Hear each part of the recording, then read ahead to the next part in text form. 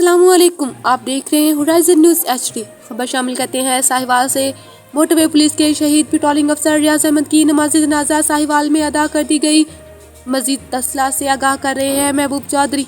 जी बिल्कुल, motorway police के शहीद पेट्रोलिंग अफसर रियाज अहमद की नमाज जनाजा साहिवाल में अदा कर दी गई। नमाज जनाजा में सेक्टर कमांडर शहबाज आलम समेत मोटरवे पुलिस अफसरान ने शिरकत की। IG Inam Ghani, additional IG Khalid Mahmood, DIG Mohammad Saleem और तमाम बेट्स की तरफ से फूलों की चादरें चढ़ाई गई। रियाज अहमद वेस्टर्न बाईपास पर फराइज की अंजाम दही के दौरान दिल का दौरा पड़ने से शहीद हुए।